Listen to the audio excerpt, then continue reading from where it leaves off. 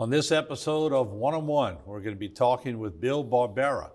He's the CFO, COO of our diocese here in Houma Thibodaux, a very colorful background, very large family. We're going to talk with him on his journey to that position and see what inspired him along the way. It's all next on One-on-One.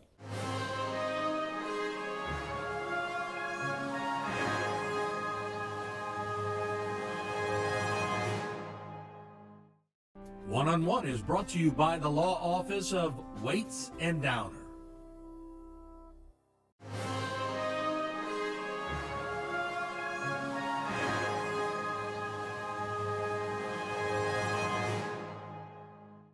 Obviously, you're in a very powerful position, but there's a spiritual component to it. It's not like you're running another organization and they just come in and it's about making money or doing this or that. There's a spiritual component to it. Talk about E.D. White and how that sort of prepared you or maybe drove you in that direction. Well, I think it goes back to my time in the high school seminary where I was for 3 years there, and just building this consciousness of prayer, regular prayer during the day. I mean, we lead most meetings in a prayer. We try to do that all the time. We have a structure within our office of Mass 2 days a week, but we start the morning with morning prayer. If we can get there, great. You know, if I need to be somewhere else first thing in the morning and miss that, that's okay too.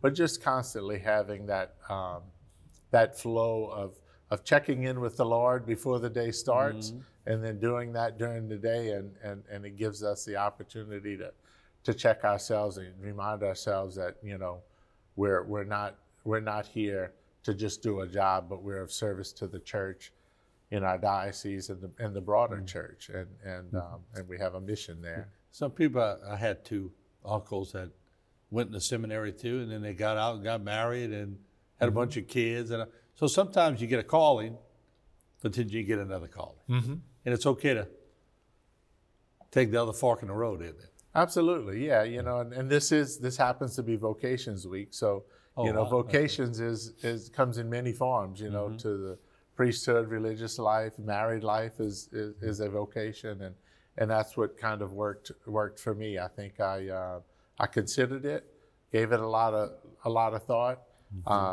I got a lot of support my senior year at E.D. White with the Brothers of the Sacred Heart that were influential in my year. Was that Brother I spent Lee Barker there? No, he wasn't. But but we also had Sister Barbara Nell was a very influential person there at E.D. White. So it made for a good transition for me as I was discerning whether or not I wanted to pursue that or somehow do something else, you know.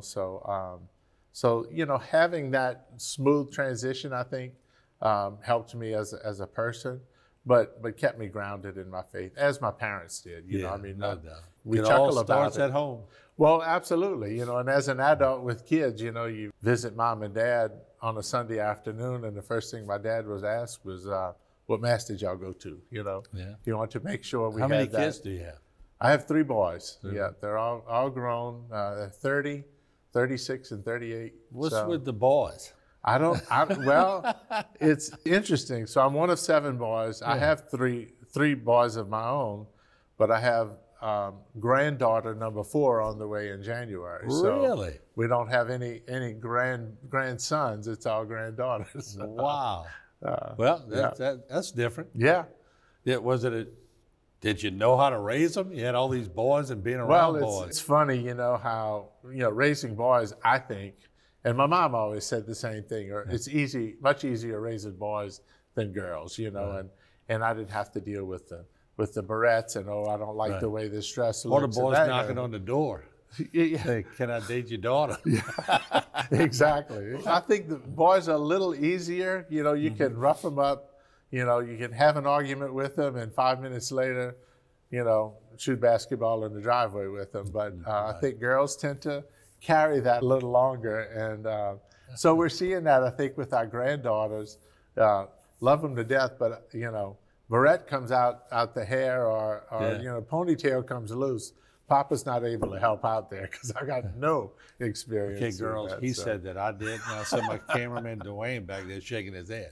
All right, so anyway, but no, it's all about just, once again, dynamics, figuring things Yeah. out, which you have to do quite a bit. A lot of people want to support the church, and they do, but I don't think they know how encompassing it is to keep it going, and a lot of that is raising funds. And the fun, when somebody puts something in the collection on Sunday, it's the tentacles are all over the place, isn't it? Right. I think it's part of our service to the church to help the people in the pew understand that when they drop that dollar in the basket, for us to be accountable and transparent, so that they understand how that money is used and where it's going, and they can actually see the fruits of that stewardship of treasure, so that we're accountable to them. You know, I mean, it's their money, it's their church, it's not ours. So it's a little different than a typical business.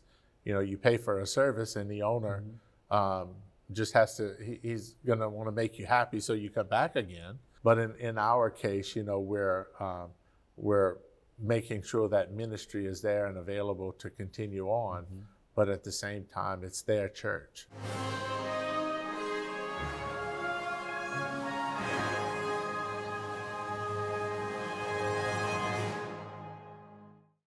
For all of your cases, including those with catastrophic significance, call Waits and Downer Law Firm.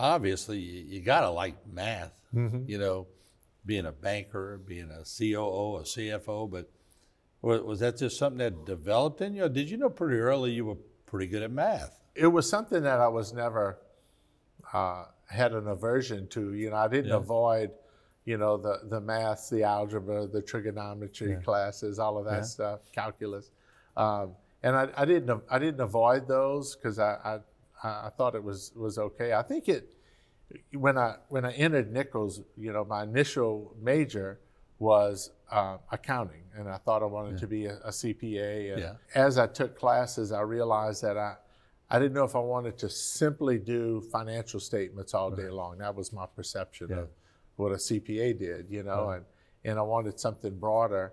So I changed my major to finance, which gave me a little taste of, you know, the insurance and those pieces of the and math. people skills. Yeah. You have to develop that. So I think my time at Nichols and that degree path really kind of led me to a broader, although, you know, I wear the hat of CFO and have that responsibility, I've got great accountants on our staff that really do the nuts and bolts accounting piece of it, and my role is more in a managerial role with them. And I was about to say, you have all those employees and all those management people that you have to deal with. Probably hard for you to go start tearing apart a spreadsheet because you got to deal with all the people. Yeah. But you got to look at the spreadsheet. Sure. You got to make sure it's all good. You know? And I find some people that just love to look at spreadsheets. Are you one of them? I used to be more so than I am today. Yeah. Because, you know, in my earlier days of banking in particular, you know, I was the grunt, if you will, developing those and making sure that, you know, it was presentable and all of that stuff, having worked for a CFO. But today it's more about interpreting and presenting the data that's there than it is creating it. Who's that one bank president or chairman of the board or whomever that you knew you had to have your A game every time you went to a board meeting or in front of the president because they were going to ask you that one question that you had to be prepared for? I think it goes back to my earlier days in banking when, you know, your mindset, your skill sets are formed. And I began in my banking career with First Federal Savings and Loan in Thibodaux.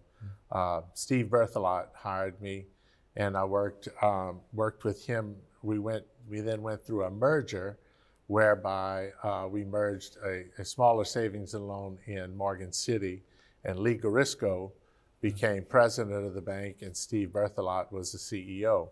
So working with those two folks, and if anybody knows them or knew Lee, he's since passed away. Lee was the guy that was the nuts and bolts, and tell me where this number comes from, and how do we do this, or what are we going to do to change that? You know, he was a hard-charging, really a deep numbers guy. Yeah.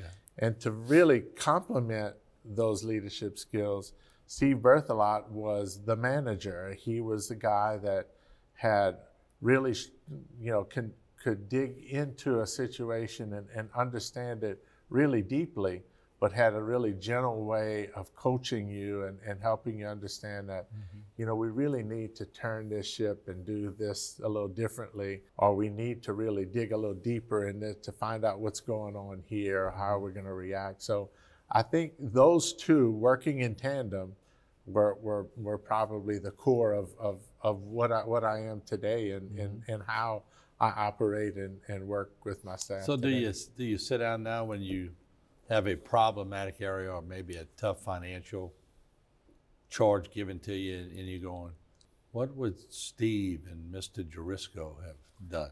Do you find yourself doing that? On occasion, yeah, I do. I think back to those days. I think especially my management style and the way I interact with staff comes more from Steve Berthelot. He was a quiet, a gentleman, but a gentleman, in the way he treated his staff. But you've always been outgoing ever since I've known you. And did you get that from your mom or your dad?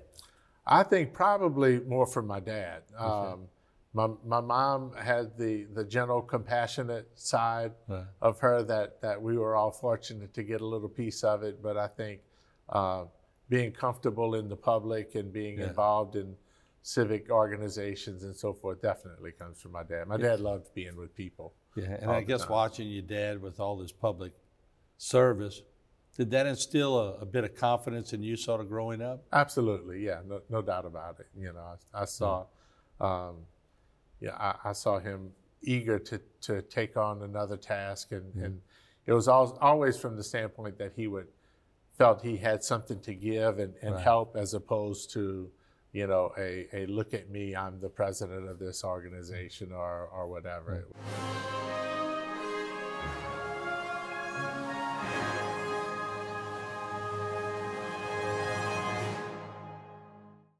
For all of your cases, including those with catastrophic significance, call Waits and Downer Law Firm.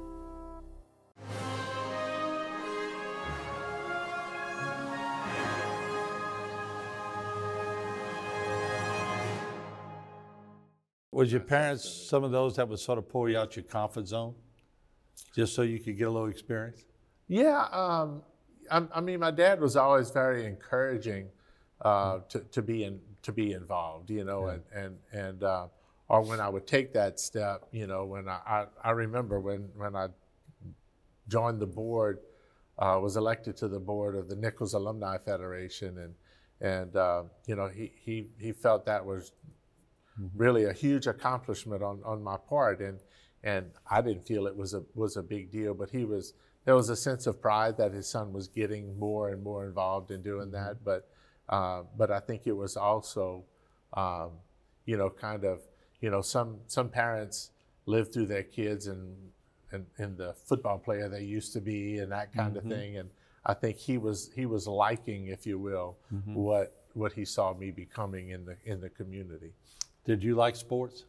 I did, very much so. I mean, played the Little League baseball, softball at the time. We didn't have baseball much then.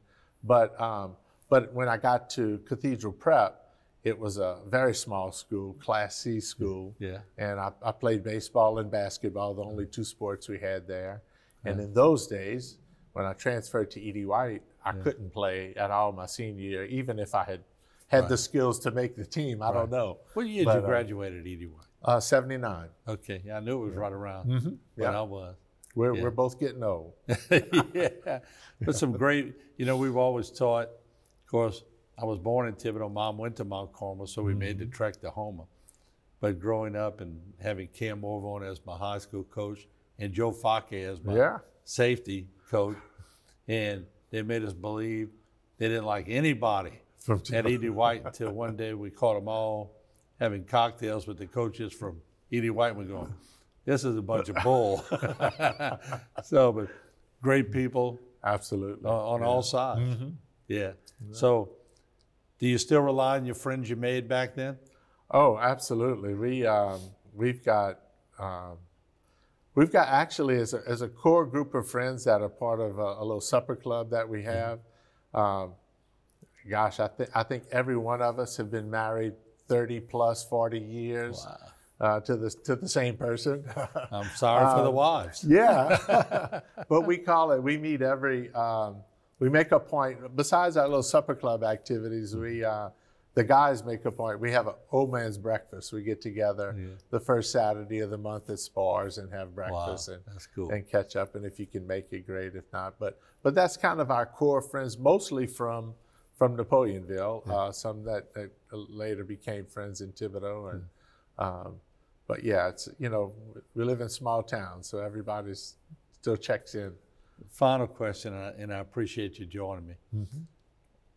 What do you hope to accomplish? If I talked to Lonnie or for the PJ or went down the line, what would you hope that they would tell me that Bill's good at this? I hope he keeps going in that direction. What would you think it would be? I would hope that it's in the way that I treat people. I think that's one of the biggest, the most important characteristics I think I learned from my parents. So many people that I run into that knew my dad back in the day almost always compliment the way they were treated as a customer at the dealership and how nice he was to them and that kind of thing. And I hope that I can mimic that, I think the other thing is, by design, by some divine intervention, being put in the position of having to, in essence, rebuild the diocese after Ida. I hope that we can look back 3 or 4 or 5 years from now, however long it takes, and say, gosh, that was really hard, and it was really a lot of work, but we look around and we see some really nice repaired facilities that people are thinking, yeah, that was a bad memory, but it's behind us, and we've got, our facilities are in good shape and look a whole lot better. You've done a great job. I want to thank you for joining us. I want to thank you for your vision and your drive, and they need you, so keep it going. And I enjoyed sitting down and chatting with you. And I learned quite a few things. Yeah, absolutely. All right, Thank Bill. you. Thank you so much. All right, Marty.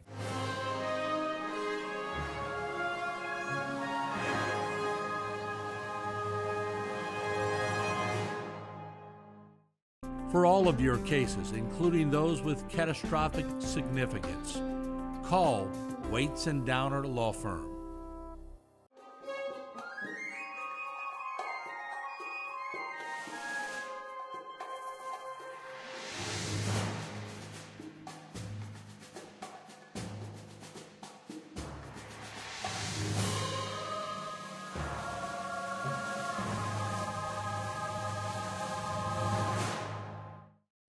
This one-on-one program has been brought to you by the law offices of Waits and Downer.